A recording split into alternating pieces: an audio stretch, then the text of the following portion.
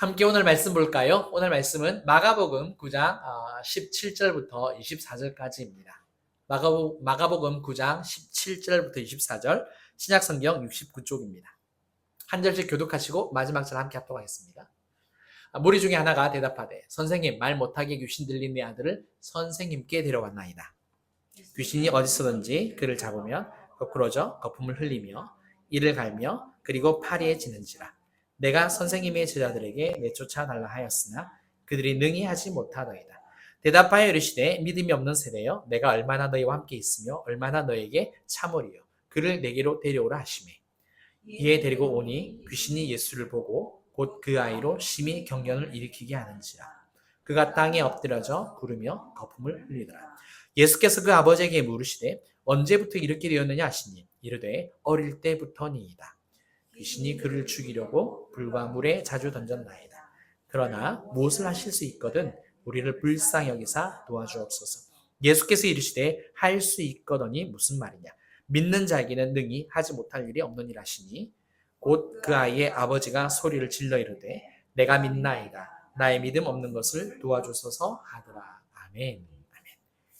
오늘은 나의 믿음 없음을 도우소서라는 제목 가지고 함께 말씀의 은혜를 나누겠습니다. 믿음은 인간의 가장 깊은 내면을 비추는 거울과 같습니다. 내면을 비추는 거울.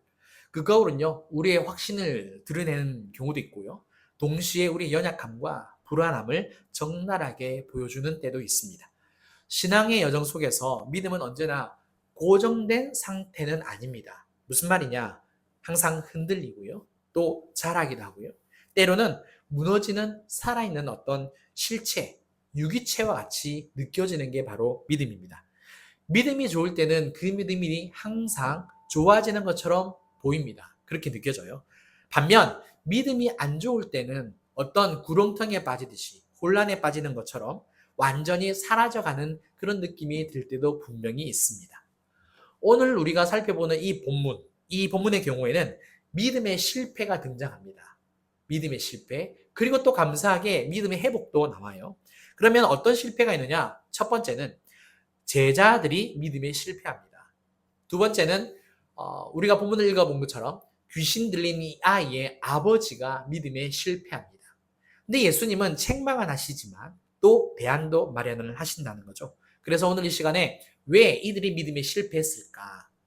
그것을 돌아보면서 나에게 한번 적용하는 시간이 되었으면 좋겠고, 또 그런 상황에 우리가 맞닥뜨렸을 때에, 우리가 경험할 때에 어떻게 하면 믿음으로 다시 회복할 수 있을까? 이것을 함께 말씀을 통해서 살펴보겠습니다. 어떤 한 아버지가 예수님의 소문을 듣고 귀신 들린 아이를 데리고 옵니다. 그런데 보니까 예수님은 없고 제자들만 있습니다. 그런데 그 제자들도 몇 명만 있습니까?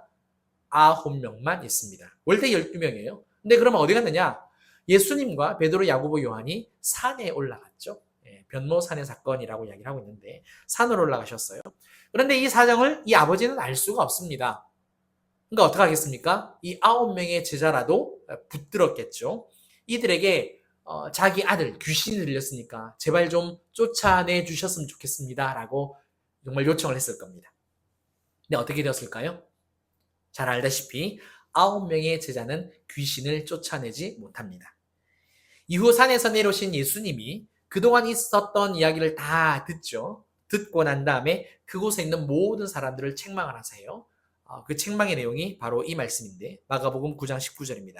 대답하여 이르시되 믿음이 없는 세대여, 내가 얼마나 너희와 함께 있으며 얼마나 너희에게 참으리요. 그를 내게로 데려오라 하시매. 예수님은 제자들을 비롯한 그곳에 있는 모든 사람들을 향하여서 뭐라고 말씀하신다고요? 믿음이 없는 세대요. 이렇게 이야기를 합니다. 그러면 여기서 말하는 믿음은 무엇일까요? 사실 어떤 믿음인지 대답하기가 애매합니다. 전라도 출신 한번 손 들어 보실까요? 뭐 지역 감정 부추기려고 하는 건 아닙니다. 지난 추석 연휴에 처가댁을 3박 4일로 다녀왔습니다. 근데 항상 처가댁을 가면 많이 듣는 단어가 있습니다. 뭔지 아시죠? 거시기. 전 경상도 사람이라서 거시기라는 말을 참 많이 들었는데요. 들을 때마다 굉장히 혼란스럽습니다. 뭘 말하는 걸까? 무슨 뜻일까? 한번 예를 들어서 제가 적어봤어요. 야, 너 거시기 했냐? 죄송해요. 전라도 억양은 제가 잘 몰라요. 거시기 했는데 느낌이 거시기 하더라고. 예, 그리고 거시기가 거시기여. 뭐, 요런 거. 그러니까 이게 무슨 말인지. 야, 이게 앞, 뒤, 문맥, 상황을 모르면 도저히 알 수 없는 말인 거죠. 네, 그쵸. 네. 믿음도 똑같아요. 믿음도. 상황과 문맥에 따라서 뜻이 달라집니다. 예를 들어 한번 볼게요. 세 가지로 한번 예를 들어 보겠습니다. 우리가 믿음의 배우자를 위해서 기도한다 그러면 이건 여기서 말하는 믿음은 뭘 말하는 겁니까? 예수님을 구주로 믿는 믿음인 거죠. 그렇죠? 예수님을 믿는 사람. 성도님들끼리 이야기를 나누다가 그 집사님이 고난을 겪고 난 다음에 믿음이 좋아졌어. 이럴 때 이 믿음은 뭘 말하는 겁니까? 어떤 성화의 과정인 거죠. 고난을 겪고 난 다음에 하나님이 어떤 분이신지를 깨달았고 그 하나님을 이제 신뢰하는 그 믿음. 그걸 말하는 거죠. 그 다음에 모세처럼 매 순간 하나님께 엎드려서 하나님의 인도하심을 구하는 믿음. 이 믿음은 뭘 말하는 걸까요?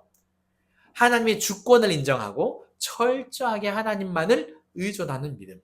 이렇게 믿음은 상황과 문맥에 따라서 구별이 됩니다. 다르게 해석이 될 수 있다는 거예요. 그러면 오늘 본문에서 말하는 믿음은 무엇이냐? 예수님이 말씀하시는 이 믿음이 없다라 그럴 때 이 믿음은 뭐냐? 세 번째 예입니다. 하나님의 주권을 인정하고 철저하게 하나님만을 의존하는 이 믿음이 없는 세대요. 이렇게 이야기를 하는 거죠. 그러면 왜 제자들은 이 믿음을 가지는 데 있어서 실패했을까요? 왜 실패했을까요? 그 이유는요, 전 이렇게 생각합니다. 어제의 성공에 의존했기 때문에. 어제의 성공만에 의존했기 때문에. 이 말은 무슨 말이냐? 곧 어제의 성공이 오늘의 성공으로 연결이 되지 않는다라는 이야기입니다.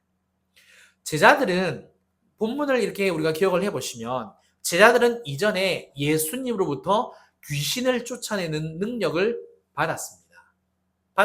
한번 보실까요? 마가복음 6장 7절. 12 제자를 부르사 둘씩 보내시며 더러운 귀신을 제어하는 권능을 주시고. 한 구절 더 보겠습니다. 12, 13절입니다. 제자들이 나가서 회개하라, 전파하고 많은 귀신을 쫓아내며 많은 병자에게 기름을 발라 고치더라. 예수님으로부터 이 귀신을 제어하고요, 쫓아내는 능력을 받았어요. 축사라 그러죠. 축사의 은사, 축사의 능력. 그리고 12, 13절에서는 어떤 일이 벌어졌다? 실제로 그 일이 일어났다라고 성경이 기록하고 있습니다.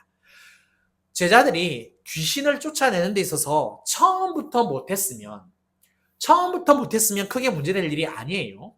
하지만 은사와 능력을 받았단 말입니다. 처음에는 됐는데 나중에 지금은 안 된다? 이건 뭘 말하는 겁니까? 중간에 어떤 문제가 생겼다라는 뜻이죠. 예수님이 귀신 들린 아이에게서 귀신을 쫓아낸 후에 제자들이 자기들은 왜 불가능했냐고, 왜 우리는 귀신을 쫓아내지 못했느냐라고 물어봅니다. 옛날에는 됐는데 왜 지금은 안 됩니까? 이렇게 물어봤다는 거죠. 그러자 예수님이 어떤 대답을 하시느냐? 오늘 본문은 그 단락의 맨 끝인데요. 마가복음 9장 29절 함께 읽어볼까요? 시작. 이르시되 기도 외에 다른 것으로는 종류가 나갈 수 없느니라 하시니라. 뭐라고 말씀하십니까? 기도 때문이래요.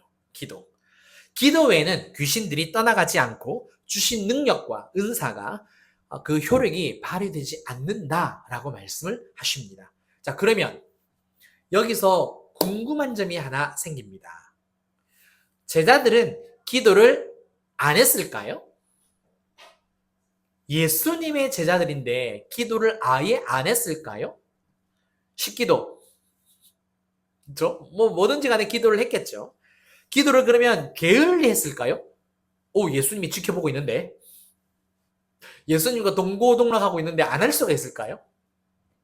본문에 나오진 않지만 저는 그렇게 생각하지 않습니다. 예수님과 항상 함께 다녔기 때문에 늘 기도했다라고 봅니다. 또 심지어 사역 초기 한번 생각해 볼까요? 사도 요한에서 예수님으로부터 이렇게 예수님으로 넘어갔습니다. 제자들이. 일부가 그랬죠. 그리고 예수님께 뭐를 요청을 했습니까? 우리도 기도문을 달라고, 기도를 가르쳐 달라고. 그게 뭐죠? 주기도문 아니에요. 자, 예수님으로부터 기도문을 받았어요. 그러면 기도를 받았으니까 기도를 했을까요? 안 했을까요? 당연한 거죠. 기도했죠. 그렇다면 제자들도 기도를 했습니다. 그러면 뭐가 문제일까요? 예수님도 기도를 했고 제자들도 분명히 기도 생활을 했단 말이에요. 그런데 예수님은 뭐라 말씀하시느냐? 기도 외에는 이라고 딱 이렇게 얘기하십니다. 그러면 기도를 했지만 뭔가 차이가 있다라는 것 아니겠습니까? 그러면 뭐가 문제일까? 제자들은요, 하나님의 주권을 인정하고 철저하게 그분을 의존하는 그 믿음이 그 기도 가운데 없었다라는 겁니다. 왜? 맨 처음에 믿음이 없는 세대라고 제자들에게도 책망을 하신 거니까요. 기도는 했어요. 했단 말입니다. 근데 철저하게 하나님께 의존하는 기도는 안 했다는 거예요. 우리가 흔히 그렇듯이 사람은 처음에는 순수한 마음, 순수한 동기로 섬깁니다. 봉사합니다. 사역합니다. 목회해요. 그런데 시간이 지나면 어떻게 되죠? 주변에 있는 사람들이 관심을 보이고 또 칭찬도 해주잖아요. 그러다 보면 나도 모르는 사이에 하나님을 향했던 시선이 어디로 간다? 자기 자신에게 옮겨지는 경우가 대다수입니다. 그래서 사람들이 칭찬해주지 않는 것으로 말미암아 그쵸? 시험 들기도 하고 상심하기도 하고 막 그런 마음이 든다는 거죠. 하나님께 항상 향하고 있으면 그렇지 않다는 거죠. 왜? 주님이 칭찬을 해주시니까. 그 눈이 우리가 닫힌 거죠. 그러다가 어느새 자기 자랑에 빠지기도 하고요. 자만에 빠질 수도 있다는 거죠. 제자들이 이랬을 것이다라고 말씀드리는 이유가 있습니다. 근거가 있어요. 마가복음 9장 33절, 34절 제가 읽어드리겠습니다. 가버나움에 이르러 집에 계실새 제자들에게 물으시되 너희가 길에서 서로 토론한 것이 무엇이냐 하시되 그들이 잠잠하니 이는 길에서 서로 누가 크냐 하고 쟁론하였습니다. 여기서 이 말씀이 뭘 말하느냐? 제자들은 자기가 더 뛰어나다라고 이야기를 하고 있습니다. 논쟁을 벌였다는 거예요. 서로 견제를 했습니다. 내가 더 크다. 내가 더 많은 일을 했다. 내가 훨씬 더 중요한 일을 했지 않았느냐? 이렇게 이야기를 한다는 거죠. 왜 그럴까요? 사역을 돌아보니까 자기가 더 많은 영향력을 발휘했다 이겁니다. 사람들도 알아준다는 거예요. 지금 제자들의 생각과 마음이 어디에 있습니까? 하늘나라에 있습니까? 주님께 있습니까? 예수님께? 아니요. 하나님이 아니라 자기 자신입니다. 자, 한번 생각해 볼 것은요. 이게 33절, 34절입니다. 이 오늘 설교 본문보다 뒤에 있죠. 그 사이에 이제 예수님이 십자가에 달려 죽으실 것이다라는 그 이야기를 했는데 오늘 이 말씀은 이 서로 누가 크냐 쟁론하였던 이 본문은요. 귀신 들린 아이를 고친 사건 이후 이야기입니다. 그렇다면 아직 제자들의 마음은 여전히 늘 자기 자신에게 향하여 있다라는 것을 알 수 있죠. 반면 예수님은 어떻습니까? 항상 일관됩니다. 언제 어디서나 하나님의 능력이 나타나죠. 예수님도 기도했어요. 제자들도 기도했습니다. 그런데 기도 외에 이런 종교가 나갈 수 없다. 어디에서 차이가 난다고요? 철저하게 하나님을 의존하는 그 믿음이 기도 가운데, 자신의 마음 가운데, 자신의 영혼 가운데 없었다라는 겁니다. 따라서 어제의 성공에만 머물러 있지만 마셨으면 좋겠습니다. 어제는 어제예요. 오늘은 오늘입니다. 어제 우리가 아침에 묵상 말씀을 다 같이 받았잖아요. 내일 일은 내일 염려하라. 굉장히 긴 말씀을 주셔가지고 어디서부터 묵상을 해야 되지? 막 이랬는데 내일 일은 내일 염려하라가 뭐예요? 하루 단위로 끊으라는 거예요. 내일 일은 내일 염려하라. 오늘로서 충분하다. 사실 내일 일은 의미 없다는 이야기지 않습니까? 마찬가지예요. 어제의 성공은 어제 거예요. 오늘이 아닙니다. 따라서 오늘 새롭게 하나님을 의존하는 믿음이 우리 안에 다시 재충전이 되어 있다는 거고요. 가져야 한다는 거죠. 새롭게 시작을 해야 된다는 겁니다. 사랑하는 성도 여러분. 항상 하나님을 의존하는 그 믿음을 구하고 찾으시는 저와 여러분들 되셨으면 좋겠습니다. 그래서 날마다 새롭게 임하여 주시는 그 믿음을 받으시고 잃어버리지 않는 잘 유지해 나가는 저와 여러분들 되시기를 다시 한 번 더 주님의 이름으로 축원합니다. 자, 이번에는요. 예수님과 귀신 들린 아이 아버지의 대화 장면으로 넘어가겠습니다. 예수님의 아이를 데려오라 그럽니다. 예수님이 바로 데려오라 그래요. 자, 데리고 오죠. 아이가 예수님께 오니까 어떤 일이 벌어지느냐? 귀신이 예수님을 봅니다. 귀신이 예수님을 보기 때문에 아이로 하여금 발작을 일으키게 하죠. 그래서 아이가 땅에 엎드려지고 구르면서 거품을 막 흘립니다. 자, 이런 상황이라면 귀신을 내쫓는 것이 급선무이겠죠. 그렇죠? 우리가 만약에 누군가가 아파서 119로 응급실로 갔어요. 그러면 그 응급실에서 병원 그 의사들이 간호사들이 어떻게 하겠습니까? 아버지나 부모님한테 언제부터 이랬습니까? 이렇게 묻는 게 아니라 그 환자부터 그냥 곧바로 데리고 들어가서 바로 주사 꽂고 옷 벗기고 바로 막 뭔가를 하겠죠. 그렇잖아요. 그게 원래 논리이지 않겠습니까? 그런데 예수님은 이 아이를 곧바로 고칠 생각은 없으신가 봐요. 아버지한테 오히려 언제부터 이렇게 됐냐고 물어봅니다. 아이가 지금 막 난리를 피우고 있는데. 그러면 예수님이 몰라서 물어보신 걸까요? 아니죠. 무슨 의미냐? 귀신을 내쫓는 이 일보다, 이것보다 더 중요한 문제가 있다는 겁니다. 그것은 바로 아버지의 연약한 믿음을 바로 세우는 일입니다. 귀신 들린 아이 아버지가 예수님께 이렇게 말해요. 마가복음 9장 22절 하반절입니다. 우리 함께 읽어볼까요? 시작! 그러나 무엇을 하실 수 있거든 우리를 불쌍히 여기사 도와주옵소서. 여기서 무엇을 하실 수 있거든 이라는 이 구절은요. 원문상에서는 뭘 말하느냐? 만약, 만일 당신이 하실 수 있는 능력이 있으시다면 이라는 뜻입니다. 그런 의미예요. 분명히 예수님의 소문을 듣고 왔어요. 그런데 이렇게 말합니다. 왜일까요? 자, 본문을 생각해 보세요. 이 아버지가 예수님을 만나기 전에 어떤 일이 있었습니까? 9명의 제자를 만났습니다. 이 아버지는 먼 길을 마다하고 달려왔을 거예요. 또 부끄러움을 무릅쓰고 달려왔을 겁니다. 왜? 귀신 들린 아이를 데리고 있다라는 것은 일반 사람들에게는 부끄러운 일이잖아요. 그런데 제자들은 9명씩이나 되는데도 불구하고 어느 누구도 귀신을 쫓아내지 못합니다. 게다가 그런 제자들을 둘러싸고 있는 사람들이 누구다라고 나오냐면 서기관들이다라고 1절, 2절에 나옵니다. 이 서기관들이 지금 제자들을 조롱하는 거예요. 아니, 귀신도 못 쫓아내냐고. 굉장히 조롱합니다. 폄하합니다. 이에 제자들도 질세라 맞서죠. 옛날에는 됐는데 지금 안 되는 건데 분명히 될 거라고.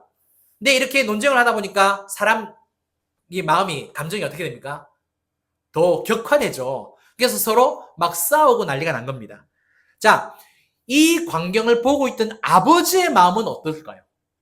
아버지의 생각은 어떨까요? 지금 아는 거품을 물고 장난이 아니에요. 막 떼굴떼굴 구르고 있어. 아들은 낫지도 않을 뿐더러 땅바닥에 내팽개쳐져 있는데 어른들이라는 사람들이 서로 삿대질하면서 지금 싸우고 있습니다. 네가 잘났네, 네가 못났네. 얼마나 기가 막히고 괴로웠을까요?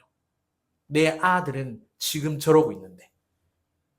이 아버지는요, 이렇게 실패를 경험했습니다. 그리고 예수님을 만났어요.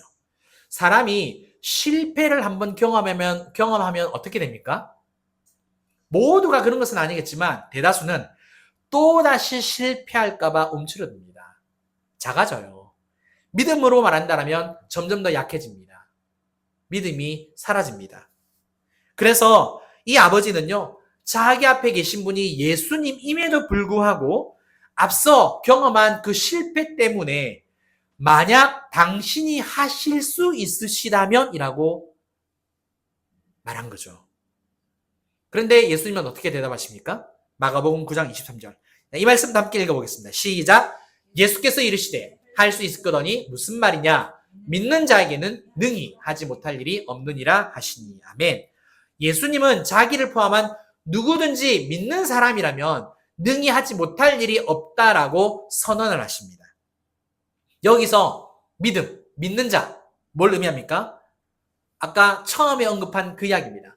하나님의 주권을 인정하고 철저하게 하나님을 의존하는 그 믿음을 가지고 있는 사람은 능히 하지 못할 일이 없다, 이 이야기인 거죠. 오순절 성령 강림 이후 베드로가 설교를 합니다. 설교를 하는 가운데서 이런 말씀을 선포를 해요. 사도행전 2장 22절. 이스라엘 사람들아 이 말을 들으라. 너희도 아는 바와 같이 하나님께서 나사렛 예수로 큰 권능과 기사와 표적을 너희 가운데서 베푸사 너희 앞에서 그를 증언하셨느니라. 그 다음 말씀 여기까지. 베드로는요, 좀 띄워주실래요? 예수님이 권능과 기사와 표적을 너희 가운데 베풀었다라고 말하지 않습니다. 그 앞에 주어가 있어요. 누가 하셨다라고 이야기합니까? 하나님이라고 이야기합니다. 하나님께서 나사렛 예수로 말미암아 권능을 베푸셨다라고 이야기를 한다는 거죠. 뭘 말하는 겁니까? 예수님조차 하나님을 철저하게 의존했다는 거예요. 하나님을 만났다는 겁니다. 하나님을 구했다는 거예요. 그러자 하나님께서 그 믿음으로 나온 그 예수님을 통하여서 권능과 기적과 이적을 표적을 베풀어 주셨다라고 우리한테 말씀을 하는 거죠. 다시 본문으로 돌아올까요? 이 아이 아버지는 어떻게 합니까? 마가복음 9장 24절. 곧 그 아이의 아버지가 소리를 질리르되 내가 믿나이다. 나의 믿음 없는 것을 도와주소서 하더라. 이 아버지는 자기의 믿음 없음을 절규합니다. 제가 믿음이 없습니다. 제가 믿음이 없습니다. 본문에는 소리를 지른다라고 이야기하고 있죠. 예수님이 앞에 있어요. 앞에 있는데 소리를 지르면서 내가 믿습니다. 나의 믿음 없음을 도와주세요. 이렇게 울부짖고 주님 앞에서 고백하고 있는 모습을 우리한테 보여주고 있습니다. 한번 생각해 보세요. 귀신 들린 이 아이 아버지는요.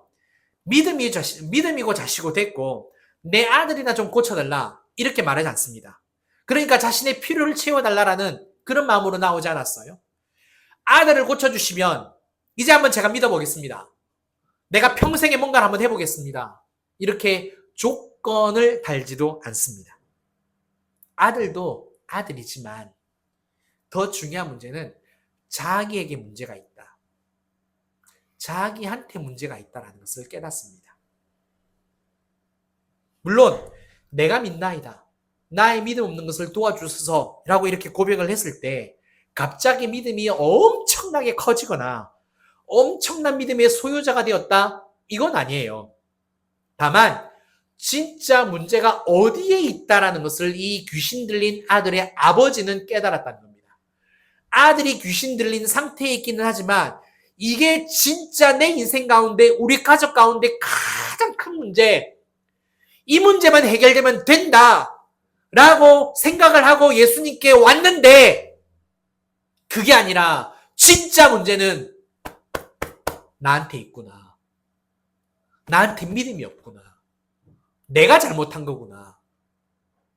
그래서 예수님은 아들을 고쳐주려고 하긴 했지만 그보다 먼저 언제부터 이랬느냐라고 질문을 하셨다는 거죠. 그렇게 예수님은 실패로 움츠러들었던 작아졌던 이 아버지의 연약한 믿음을 올바르게 세워주십니다. 사랑하는 성도 여러분, 항상 기억하시고 고민하시고 깨달아야 할 것은 뭐냐? 내가 문제라는 사실입니다. 내가 문제라는 것. 가정을 위해서 기도할 때, 자녀를 위해서 기도할 때, 누군가를 위해서 기도할 때 먼저 기억해야 하시고 깨달아야 할 것은 그 가운데서 문제는 누구지? 바로 나라는 것. 나에게 정말 하나님을 의존하는 그 믿음이 있는가? 내가 지금까지 올바르게 믿음 가운데 바로 서 있는 건 아닌가? 우리 가족에게서 우리 가족의 은혜를 받는데 우리 교회가 어떤 그 삶에 어떤 문제가 해결되어지는 것 중에서 내가 그 문제를 풀지 못하게 방해하는 요소는 아닌가? 돌아보고 또 돌아봐야 한다는 거죠. 예수님이 오늘 그것을 가르쳐 주시고 우리한테 보여주시는 겁니다. 우리 삶 속에서 뭔가 잘 되면 우리는 자만해지고요.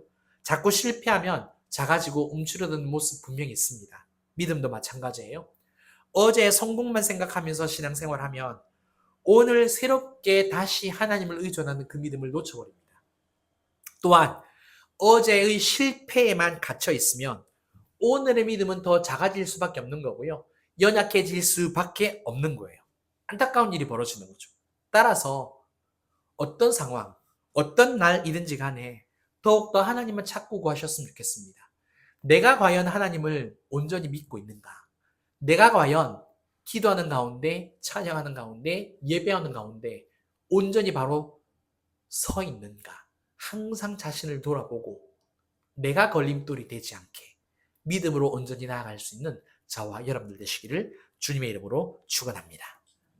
우리 함께 찬양하고 기도하겠습니다. 주 앞에 나와 온전케 되리 우리 찬양 드리겠습니다.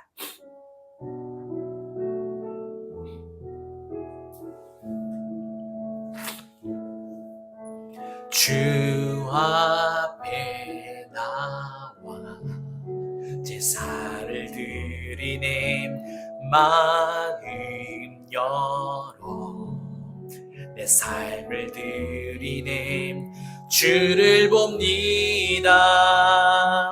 끝없는 사랑 날 회복시키네. 이제 눈 들어 주 보는 그 능력 날 새롭게 주님의 사랑 날 만지시니 내 모든 두려움 사라지니 폭풍 속에도 주 붙들고 믿음으로 주와 건넨 갈보리 언덕 넘어 그 어느 날 주 안에 온전케 되리. 우리 다시 한번 날까요? 주 앞에 나와 주 앞에 나와 제사를 드리네 마음 열어 내 삶을 드리네 주를 봅니다. 끝없는 사랑 날 회복시킨 아멘 아멘. 이제 눈 들어 주 보는 그 능력 날 새롭게 주님의 사랑 날 만지시니 내 모든 두려움 사라지니 폭풍 속에도 주 붙들고 믿음으로 주와 건넨 갈보리 언덕 넘어 그 어느 날 주 안에 온전케 되리. 이 찬양을 선곡한 이유가 있습니다. 온전케 되리. 사실 우리는 믿음 가운데 온전해질 수 없습니다. 불가능합니다. 하지만 아버지와 같은 그 연약한 믿음이더라도 주님은 그것도 믿음이라고 말씀하시고 바로 세워주신다는 거죠. 솔직히 오늘 나를 돌아보라고 이야기를 했고 또 적용으로 우리 자녀, 우리 가정 제가 예를 들었습니다. 오늘 그 예는 저를 향한 이야기이기도 합니다. 항상 우리 가정을 돌아볼 때에 가장인 내가 제일 문제구나. 그것 때문에 트라우마가 생길 정도로 힘이 듭니다. 너무 고통스럽고 사실 괴롭습니다. 내가 잘해야 되는데 내가 아버지로서 남편으로서 주님의 사랑이 잘 흘러갈 수 있도록 통로가 돼야 되는데 내가 왜 걸림돌이 되고 있을까? 하지만 사랑하는 성도 여러분 힘내셨으면 좋겠습니다. 계속해서 좌절하는 가운데 죄책감에 빠져있지 않았으면 좋겠습니다. 왜? 우리 주님은 그걸 원하지 않으시거든요. 다시 일어나라고 그리고 나를 바라보라고 온전케 해주시는 분은 우리 주님밖에 없다라고 오늘 이 시간 기도하실 때 하나님 철저하게 의존하는 그 믿음 저에게 허락하여 주시옵소서. 날마다 그 믿음으로 살게 하여 주시고 나를 통하여서 내 남편, 내 아내에게, 내 아이들에게, 우리 부모님에게 주님의 사랑이 흘러갈 수 있기 원합니다. 우리 함께 고백하셨으면 좋겠습니다. 기도합니다. 사랑하는 하나님 아버지, 은혜를 감사합니다. 주님, 이 시간 아버지 진실로 우리의 믿음 없음을 아버지 용서하여 주시고, 하나님 우리를 불쌍히 여겨 주시옵소서.